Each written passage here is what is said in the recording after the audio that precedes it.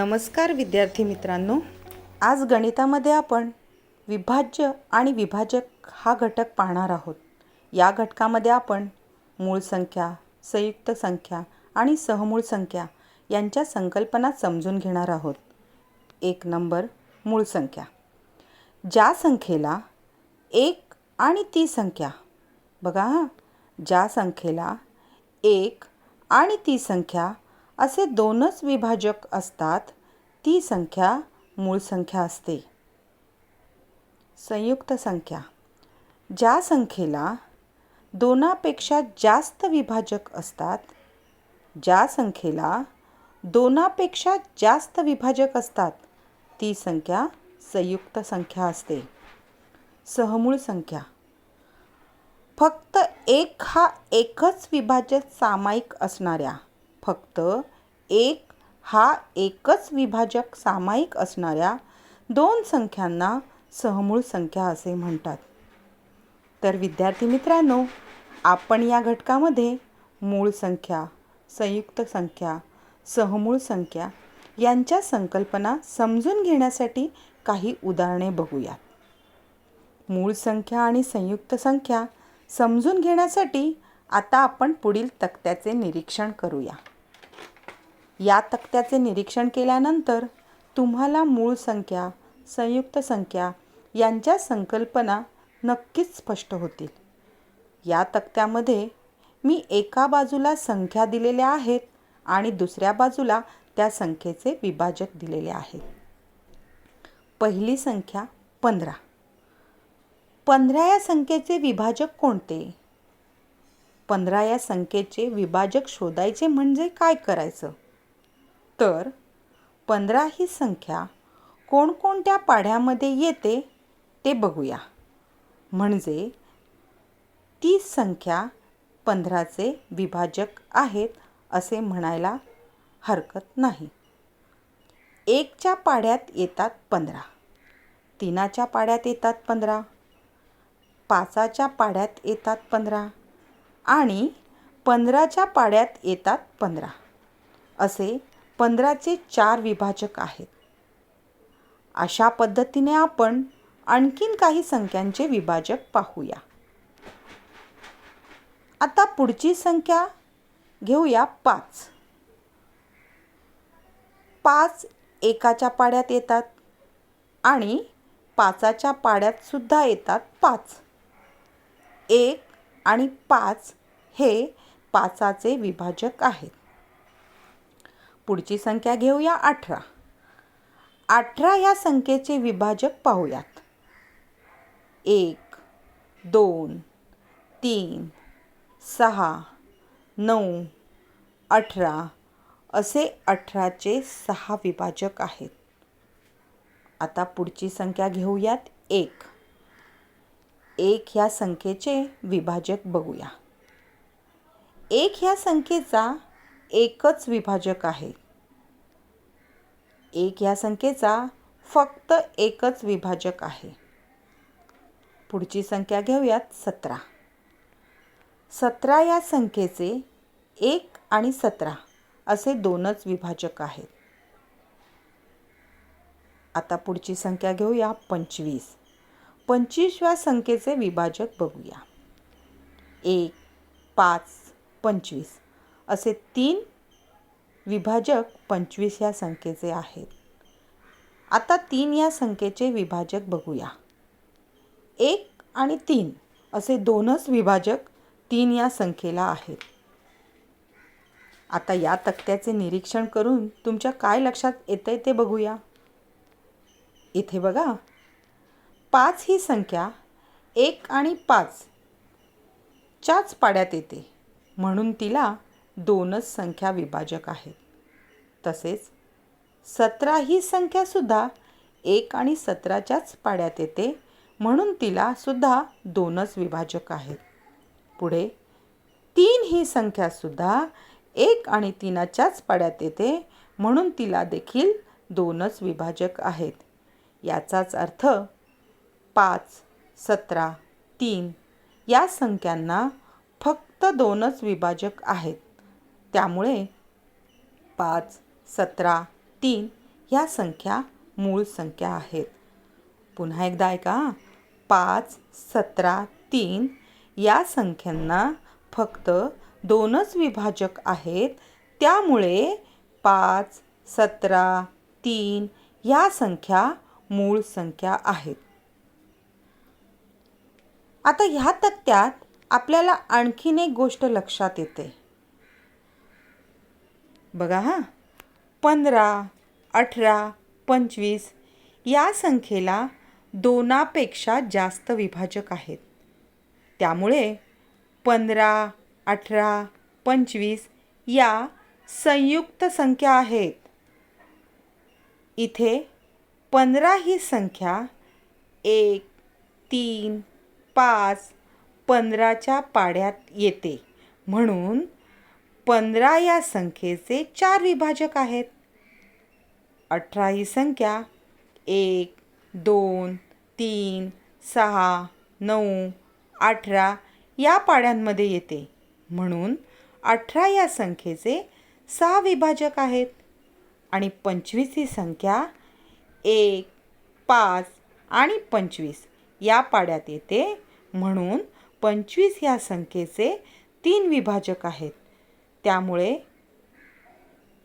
15, 18, 25 ह्या संयुक्त संख्या आहेत. आता बघा या तक्त्यामध्ये 1 ही संख्या दिसत आहे. पण 1 या संख्येचे विभाजक फक्त आणि फक्त एकच आहे. बघा या 1 ह्या संख्येचे विभाजक फक्त आणि फक्त एकच आहे. त्यामुळे 1 ही संख्या संयुक्त संख्याही नाही आणि मूळ संख्याही नाही हे स्पष्ट होते. आता समूळ संख्या समजून घेण्यासाठी एक उदाहरण बघूया. या उदाहरणावरून तुम्हाला समूळ संख्या स्पष्ट होईल. प्रश्न. 10 व 21 चे विभाजक सांगा. उत्तर. 10 आणि 21 चे प्रथम विभाजक काढूया.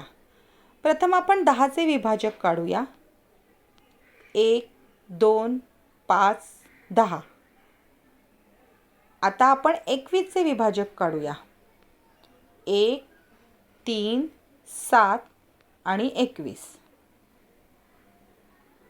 आता 10 आणि 21 च्या विभाजकांचे निरीक्षण केले असता असे लक्षात येते की 10 आणि 21 चा फक्त एक हाच सामायिक अवयव किंवा विभाजक आहे. त्यामुळे 10 आणि 21 ह्या संख्या सहमूळ संख्या आहेत. 1, 2, 5, 10 असे 10 चे 4 विभाजक आहेत. तसेच 1, 3, 7, 21 असे 21 चे सुद्धा 4 विभाजक आहेत. विभाजकांच्या या 2 गटात फक्त 1 हा एकच विभाजक सामायिक आहे. त्यामुळे 10 व 21 या 2 संख्यांना समूळ संख्या म्हणतात. विद्यार्थी मित्रांनो, चला तर आपण काही उदाहरणांचा सराव करूया. स्वाध्याय. प्रश्न पहिला. 1 ते 100 दरम्यान किती मूळ संख्या आहेत? उत्तर. 1 ते 100 दरम्यान 25 मूळ संख्या आहेत. प्रश्न दुसरा. 1 ते 100 पर्यंत किती संयुक्त संख्या आहेत? 1 ते 100 पर्यंत 74 संयुक्त संख्या आहेत. प्रश्न तिसरा. कोणती संख्या संयुक्त संख्या नाही आणि मूळ संख्याही नाही? उत्तर. 1 ही संख्या संयुक्त संख्याही नाही आणि मूळ संख्याही नाही. प्रश्न चौथा. खालील जोडीमधील संख्या समूळ संख्या आहेत का? हे ठरवा. 22 आणि 24 या 2 संख्या समूळ संख्या आहेत का? उत्तर. यासाठी आपण प्रथम 22 आणि 24 चे विभाजक पाहूया. उत्तर. 22 चे विभाजक 1, 2, 11, 22 आणि 24 चे विभाजक 1, 2, 3, 4, 6, 8, 12 आणि 24. येथे 1 हा सामायिक विभाजक आहे. बघा हा, येथे 1 हा सामायिक विभाजक आहे आणि 2 हा आणखीन एक सामायिक विभाजक आहे. येथे 22 आणि 24 या संख्येचे 1 आणि 2 असे 2 सामायिक विभाजक आहेत, म्हणून 22 आणि 24 या सहमूळ संख्या नाहीत. पुन्हा बघा हा, 1 हा सामायिक विभाजक आहे आणि 2 हा आणखीन एक सामायिक विभाजक आहे, म्हणजेच 22 आणि 24 या संख्येचे 1 आणि 2 असे 2 सामायिक विभाजक आहेत, म्हणून 22 आणि 24 या समूळ संख्या नाहीत. 1 ते 100 दरम्यानच्या मूळ संख्या पाहूयात. विद्यार्थी मित्रांनो, तुम्हाला मूळ संख्या पाठ करायच्या असतील तर या पद्धतीत पाठ करा. ते तुमच्या जास्त लवकर लक्षात राहील. तुम्ही जर मूळ संख्या पाठ करत बसाल तर तुमच्या लक्षात राहणार नाही. पण जर तुम्ही संख्यांचे टप्पे करून मूळ संख्या पाठ केल्या तर तुमच्या मूळ संख्या सहज लक्षात राहतील. तर आपण संख्यांचे टप्पे करून मूळ संख्या पाहूयात. पहिला टप्पा 1 ते 10. 1 ते 10 पर्यंतच्या टप्प्यामध्ये 4 संख्या मूळ संख्या येतात. 2, 3, 5 आणि 7. दुसरा टप्पा 11 ते 20. यामध्ये 4 संख्या मूळ संख्या येतात. 11, 13, 17 आणि 19. तिसरा टप्पा आहे 21 ते 30. यामध्ये 2 मूळ संख्या येतात. 23 आणि 29. चौथा टप्पा आहे 31 ते 40. यामध्ये 2 संख्या येतात. 31 आणि 37. पाचवा टप्पा आहे 41 ते 50. यामध्ये 3 मूळ संख्या येतात. 41, 43 आणि 47. सहावा टप्पा आहे 51 ते 60. यामध्ये 2 मूळ संख्या येतात. 53 आणि 59. सातवा टप्पा आहे 61 ते 70. यामध्ये 2 मूळ संख्या येतात. 61 आणि 67. आठवा टप्पा आहे 71 ते 80. यामध्ये 3 मूळ संख्या येतात. 71, 73 आणि 79. नववा टप्पा आहे 81 ते 90. यामध्ये 2 मूळ संख्या येतात. 83 ते 89. दहावा टप्पा आहे 91 ते 100.